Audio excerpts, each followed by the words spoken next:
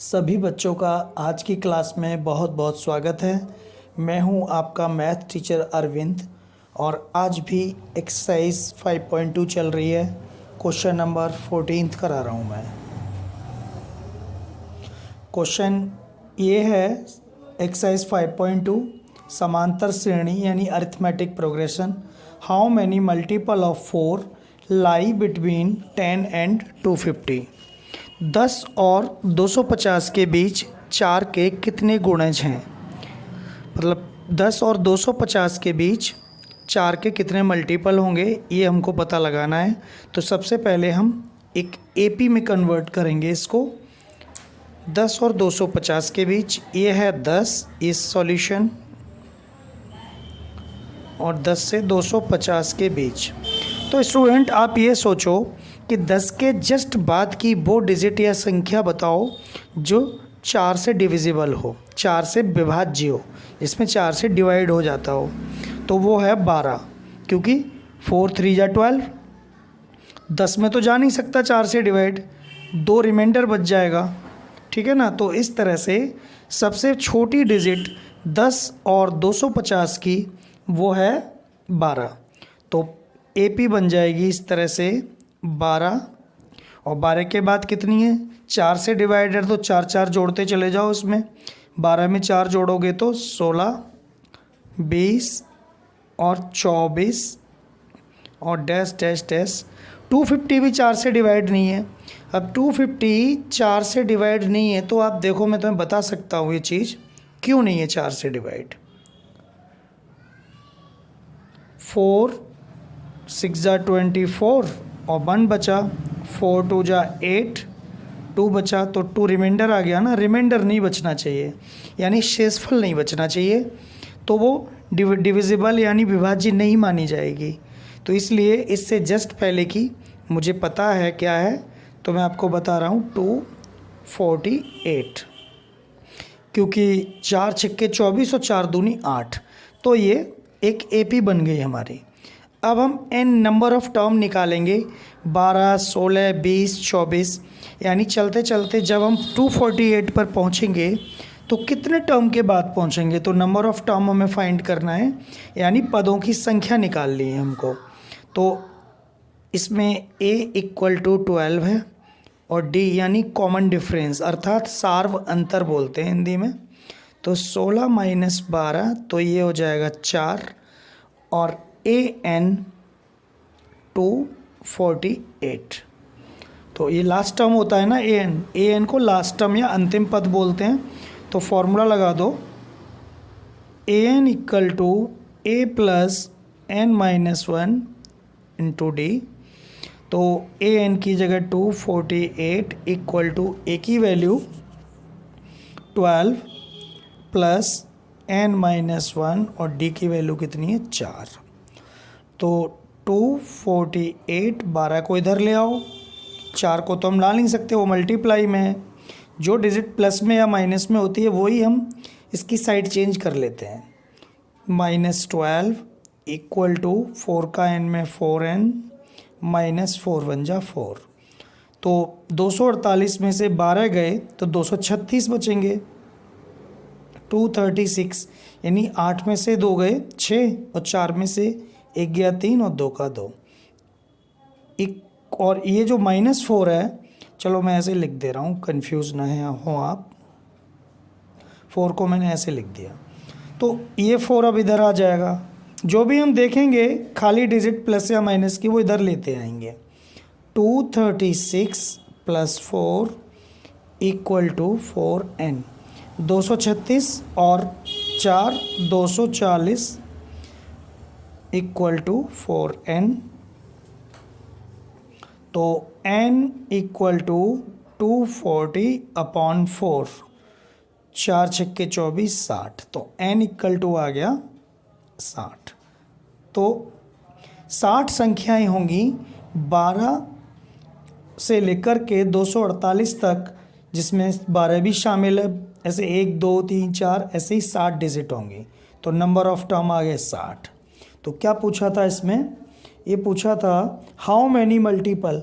तो multiple, number of multiple number of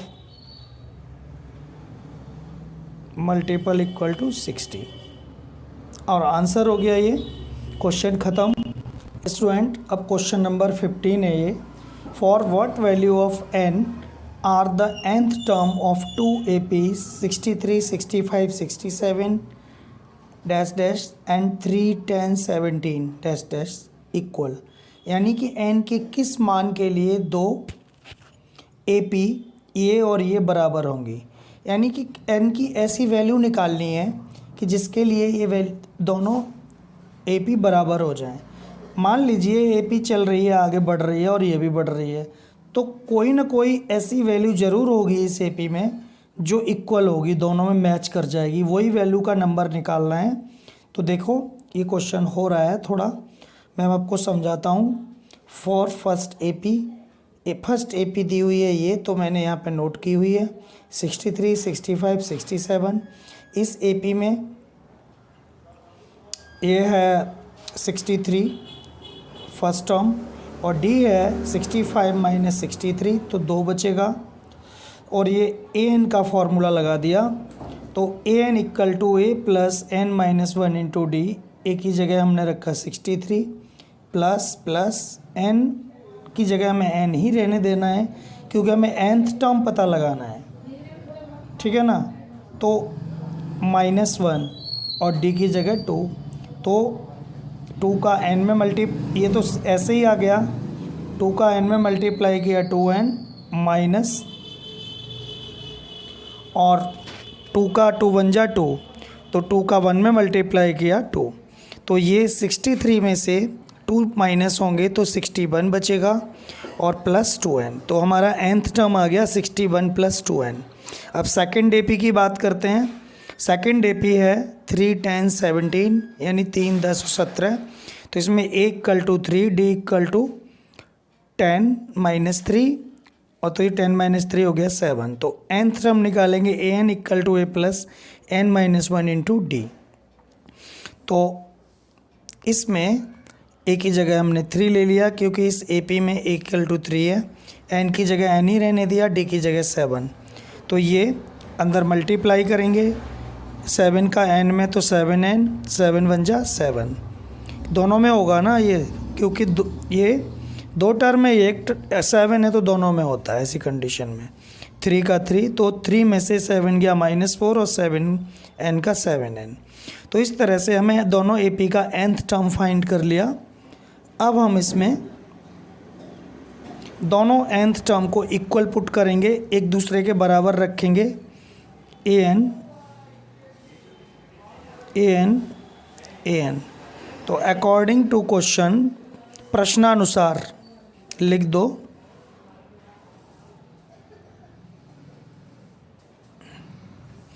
तो 61 plus 2n equal to 7n minus 4, यहाँ से n की वैल्यू निकाल लो, वही आंसर होगा।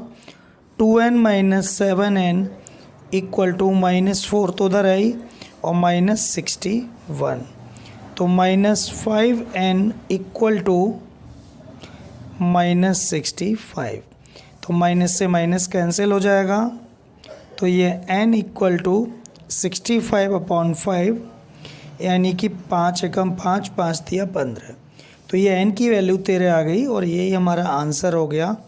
यानी कि अगर ये AP चलती जाए तो 13वें टर्म पर, और इस ये भी AP चलती जाए तो इसके भी 13 या 13वें टर्म पर जो वैल्यू होगी वो बराबर होगी। तो ये क्वेश्चन हो गया। स्टूडेंट क्वेश्चन नंबर 16 है, determine the AP whose third term is 16 and the seventh term exceed the fifth term by 12। यानी कि एक AP ज्ञात करो जिसका तीसरा पद 16 और सातवां पद पाँचवें पद से 12 अधिक हो।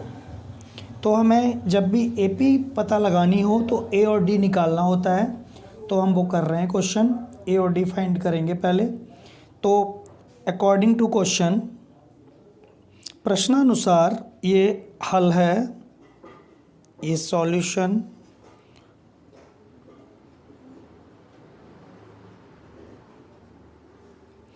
प्रश्नानुसार तीसरा पद 16 है, तो थर्ड टर्म यानी A3 इक्वल टू 16। तो तीसरा पद क्या होता है, मैंने पहले भी बताया था, थर्ड टर्म 16 है, तो थर्ड टर्म क्या होगा, एक कम A प्लस 2D। तो ये आपको अच्छी तरह पता चल गया होगा। जैसे एट्थ टर्म लिखना है तो A प्लस 7D हो जाएगा। इसी तरह से तीसरा टर्म है तो A plus 2D equal to 16, ये नंबर फर्स्ट है। ठीक है,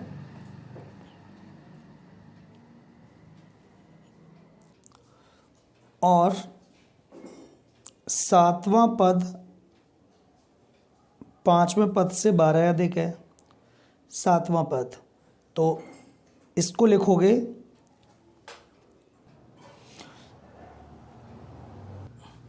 स्टूडेंट, मैंने हिंदी इंग्लिश में दोनों में लिख दिया है। अब हम इससे एक इक्वेशन बनाएंगे, सातवां पद पांचवें पद से 12 अधिक, यानी seventh term exceed the fifth term by 12। तो सेवेंथ टर्म क्या होता है, A plus 6D equal to पांचवा पद क्या होता है, A प्लस 4D और प्लस 12। यही तो होगा ना। तो ये सातवां पद हो गया, ये पांचवा पद हो गया, उससे 12 ज़्यादा है। तो इसको थोड़ा सॉल्व कर लो, यहाँ से ये A से कैंसिल हो जाएगा। तो 6D minus 4D equal to 12, तो 2D equal to 12, D equal to 12/2 equal to 6। तो ये D की वैल्यू आ गई 6। तो अब हम put this value in first, ये D का मान समीकरण 1 में रख दो। रखने पर ऐसे लिख सकते हो आप। हिंदी मीडियम के स्टूडेंट जो भी देख रहे हैं इसको, वो मैं जो बोल रहा हूँ ना उसको हिंदी में लिख लिया करें, अगर जो चीज़ समझ में नहीं आती है। तो इसको मैं इंग्लिश में लिखता हूँ, पुट इन फर्स्ट। तो फर्स्ट में पुट कर दो यानी रख दो। तो A plus 2D equal to 16, एक ही वैल्यू है, निकालनी है वो, तो 2 इंटू 6 इक्वल टू 16। तो A प्लस 12 इक्वल टू 16, तो A equal to 16 minus 12 equal to 4। A equal to 4 हो गया। तो आपको A और D दोनों की वैल्यू आ गई, D की भी आ गई और A की भी आ गई। तो अब हम AP लिख लेंगे इससे। तो क्या बोला है, AP निकालनी है। AP बनाओगे तो कितने टर्म बनाओगे आप सोचो ज़रा। तो जब भी हमें AP फाइंड करनी हो तो 3 या 4 टर्म से ज़्यादा नहीं निकालते हैं। तो फर्स्ट टर्म तो AP हो जाएगी, इसकी जनरल फॉर्म यानी कि व्यापक रूप क्या होता है इसका, AP का A plus D, A plus 2D और A प्लस 3D। तो A की जो वैल्यू है वो क्या है, 4 प्लस D की वैल्यू क्या है, 6, तो 6, 4 2 इंटू 6, 4 3 इंटू 6। तो आप देख लो, 4 6 और 4 10, 6 दूनी 12 और 4 16 और 6 तिया 18 और 4 20। ये AP हो गई और ये आंसर। तो आप क्वेश्चन समझ गए होंगे बहुत अच्छी तरह से। अब हम करते हैं नेक्स्ट क्वेश्चन। स्टूडेंट, एक ये AP है, क्वेश्चन नंबर है 17। Find the term from the last term of AP। Find the 20th term from the last term of AP। यानी इस AP का अंतिम पद से 20वां पद निकालना है। अंतिम यानी इधर से 20वां पद, इधर से 20वां कुछ और होगा, इधर से 20वां कुछ और होगा। तो उल्टी तरफ से 20वां निकालना है। तो 20th टर्म में लिखना भूल गया था, अब मैंने वो लिख दिया। तो मैं हिंदी में भी इसको लिख दे रहा हूँ। दी गई AP 3 8 13 और 253 का अंतिम पद से 20वां पद ज्ञात करो। तो देखो बच्चों, जब भी हमें अंतिम पद से निकालना हो तो और भी 1-2 तरीका है इसका, लेकिन मैं जो सबसे अच्छा तरीका प्रेफर करता हूँ वो ये है कि इसको उल्टा लिख लो एपी को। ये एपी बढ़ रही है, अब इधर पहला टर्म ये मानेंगे हम, अभी पहला टर्म 3 है, फिर 8 है, फिर 13 है, तो ये सॉल्यूशन करो तो ये हो जाएगा 253, ठीक है। अब 253 से कितनी कम कितना हो गया, 250, ये हो गया, ये एपी बन गई और इसका लास्ट टर्म बन गया 3। तो ये 5 ज़्यादा है ना, 3 से 5 का अंतर है, तो ये भी 5 बढ़ रही है, तो ये 5 घट रही है, और घटते घटते 3 पे पहुंच गई, ये बढ़ते बढ़ते 253 पे थी। तो हम फटाफट निकालते हैं इसका, A = 253 और D = है वो, तो इसको इसमें से माइनस कर दो आप, 248 माइनस 253 = -5। इस एपी का D +5 था, इसका -5 है, और N = कितना है, 30, 20। तो फॉर्मूला लगा दो, AN = A + n-1 और D। तो हमें AN की वैल्यू निकालनी है। A की वैल्यू क्या है यहाँ पर, 253 प्लस N की वैल्यू 20 -1 और -5, ठीक है। तो 253 प्लस 20 में से गया 19 और इंटू -5, 253 प्लस माइनस 19 पंजे 95। तो 253 में से 95 जाएंगे तो बचेंगे बच्चों 158। तो ये आपका क्वेश्चन हो गया, आपको समझ में आ गया होगा।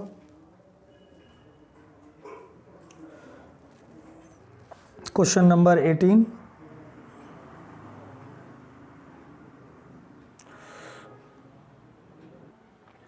बच्चों क्वेश्चन नंबर 18 है, the sum of 4th and 8th term of an AP is 24 and the sum of 6th and 10th term of an AP is 44, find the first 3 term of AP। यानी किसी AP के चौथे और 8वें पदों का योग 24 है तथा छठे और 10वें पदों का योग 44 है, तो AP के पहले 3 पद याद करो। कहने का मतलब ये है 6th टर्म और 10th टर्म का सम है 44 और शुरू से बोल रहा हूँ, 4th टर्म और 8th टर्म किसी एपी के टर्म का सम है 24 और 6th टर्म और 10th टर्म का सम है 44। तो पहले 3 टर्म निकालने हैं, ये पहले के सवालों की तरह ही है, कोई नया नहीं है। इस क्वेश्चन को करने के लिए हम ए और डी फाइंड करेंगे इक्वेशन फाइंड करने के बाद।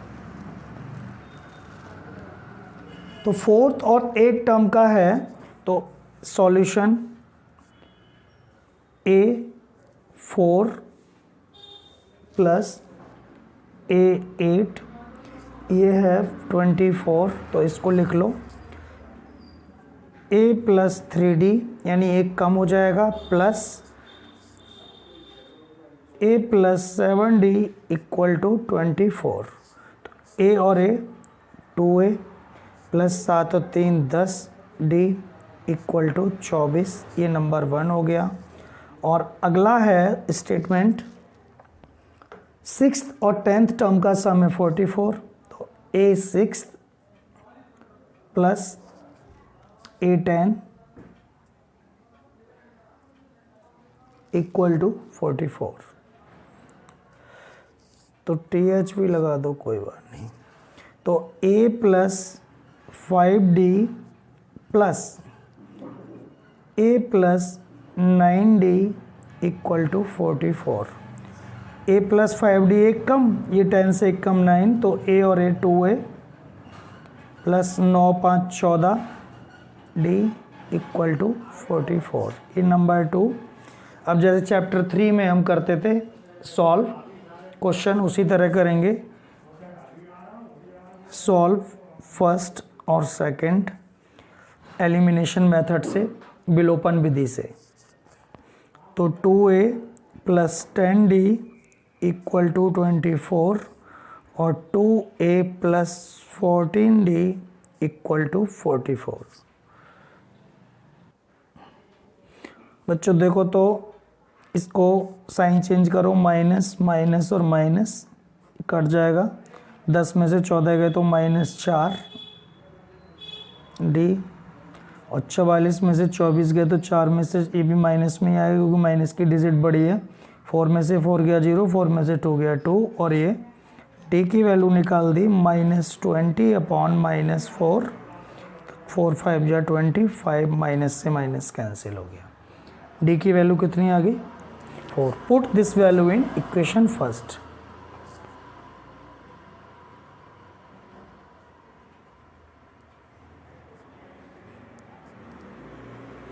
इक्वेशन फर्स्ट में रख दो इसकी वैल्यू को।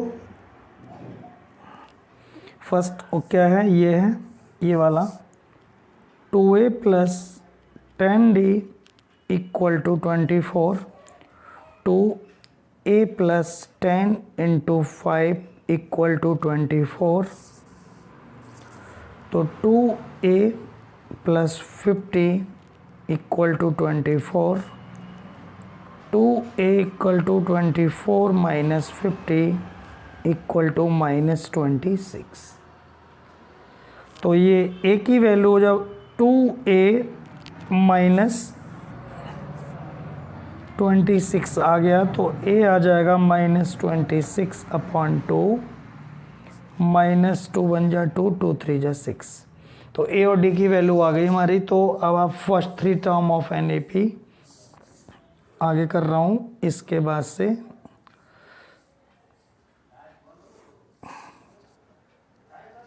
फर्स्ट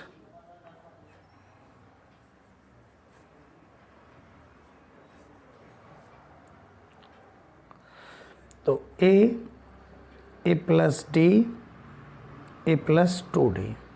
तो a की वैल्यू जो है वो है -13, -13 प्लस 5, -13 प्लस 2 इंटू 5, -13, 13 में से 5 गए -8, और 5 दूनी 10 तो -3। तो ये AP बन गई आपकी -13 -8 -3, और ये आंसर हो गया।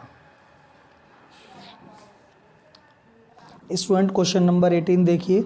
Subba Rao started work in 1995 at an annual salary of ₹5,000 and received an increment of ₹200 each year. In which year did his income reach ₹7,000? मतलब यह है कि सुब्बा राव ने स्टार्ट किया एक काम 1995 में यानी 1995 में, और उसकी एक साल की सैलरी 5,000 रुपये थी, और हर साल उसे 200 रुपये बढ़ के मिले, यानी उसने वेतन वृद्धि प्राप्त की 200 रुपये की हर साल। तो कितने साल बाद उसके 7,000 रुपये हो जाएंगे, यानी कि हमको n निकालना है इसमें। तो सॉल्यूशन है ये। तो पहली साल में 5,000 रुपये उसके हो गए जो मैंने लिख रखा है, दूसरी साल में 5,000 तो मिलेंगे ही, उसको 200 और मिलेंगे, और तीसरी साल में 5,000 रुपये प्लस 200 और प्लस 200, और इस तरह से उसको लास्ट में 7,000। सारे टर्म लिखने की ज़रूरत नहीं होती, 3 टर्म काफ़ी होते हैं AP के लिए। तो इसको थोड़ा सही करके लिख लेते हैं। 5,000 और 5,200, इसको प्लस कर दिया तो ये आ गया 5,200 200 400, तो 5,400, और ये 7,000। तो इसमें A = है 5,000, और D आपको पता है 200 रुपये बढ़ रहे हैं, तो वो 200 ही रुपये हो जाएगा D। क्या इसमें से इसको माइनस कर लो तब भी 200 ही आएगा, तो 200, और AN हो गया 7,000 यानी लास्ट टर्म। तो इसमें आपको फॉर्मूला लगा दो, AN = A plus n-1 into D। AN है 7,000 = A की वैल्यू 5,000 प्लस n निकालना है, और D की वैल्यू है 200, 7,000 माइनस 5,000, इसको इधर ले आए, 200 का n में मल्टीप्लाई करोगे तो 200 n और ये 200। 7,000 में से 5,000 गए तो 2,000 बचे, और ये माइनस का 200 इधर ले आओ तो प्लस का 200 आ जाएगा, इक्वल टू 200 n। तो 2200 हो जाएगा जुड़ के, ये 200 नीचे आ जाएगा, और ये n, इससे ये कट गया, इससे ये कट गया, तो 11। तो 11 साल के बाद उसकी एनुअल इनकम 7,000 हो जाएगी। तो 11 आ गया ना, तो लिख दो यहाँ after 11 years his salary become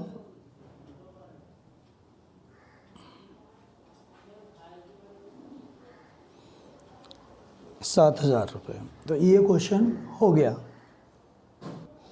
student question number 20 है ये। Ramkali saved ₹5 in the first week of a year and then increased her weekly savings by ₹1.75 if in the nth week her savings become ₹20.75, find n। यानी रामकली ने किसी वर्ष के पहले सप्ताह में 5 रुपये की बचत की। रामकली ने 5 रुपये बचाए किसी साल के पहले हफ्ते में, और फिर हर हफ्ते वो अपनी सेविंग यानी बचत में 1.75 यानी ₹1.75 जोड़ती गई। तो nवें हफ्ते बाद उसकी बचत ₹20.75 हो गई है। तो n निकालना है, यानी कि कितने हफ्ते बाद उसकी बचत ₹20.75 हो जाएगी। 20.75 रुपीज़ भी बोल सकते हैं और ₹20.75 भी बोल सकते हैं। तो हमें ये निकालना है कितने हफ्ते में वो अपनी बचत को इतना कर लेगी। तो n ही निकालना है एक तरह से इसमें भी। तुम क्वेश्चन को करते हैं। तो क्वेश्चन ये है, ये AP बना लो इसकी।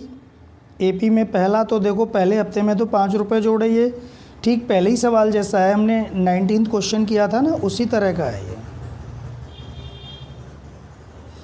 तो पांचवा क्वेश्चन, वो 5 हो गई पहले बचत, फिर ₹1.75 और जोड़ दिए तो ₹6.75 हो जाएंगे।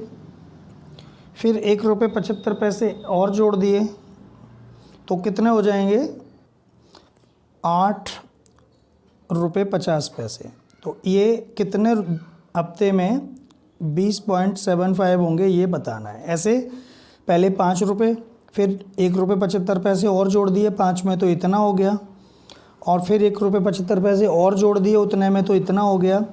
तो इस तरह से AP बन गई। तो इसमें A = है 5 और D = आपको पता है 1.75 है, माइनस भी कर दोगे तब भी इतना ही आएगा, और AN है 20.75।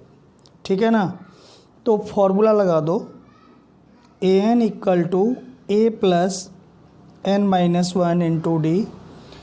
20.75 = AN की वैल्यू है और A की वैल्यू 5 + n-1, n तो निकालना ही है, और D है 1.75। तो 20.75 - 5 = 1.75 n आएगा यहाँ पे। तो 1.75 n - 1.75, तो जो 20.75 में से 5 जाएंगे तो बचेंगे 15.75, क्योंकि इसमें से इसको माइनस करना है तो 15 बचेगा, और ये इक्वल टू हो गया 1.75 n - 1.75। हमारे पास ये आ गया। अब इसको इधर ले आओ, 1.75 माइनस का इसको इधर ले आओ तो 15.75 - 1 ये प्लस हो जाएगा, equal to 1.75।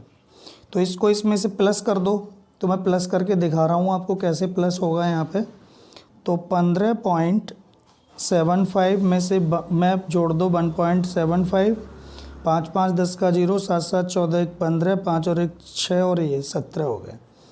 17.50 equal to n आ जाएगा 1.75 n। तो n इक्वल टू हो जाएगा 17.50 अपॉन 1.75। ठीक है ना, समझ में आ गया होगा। पॉइंट से पॉइंट ख़त्म कर दीजिए आप, क्योंकि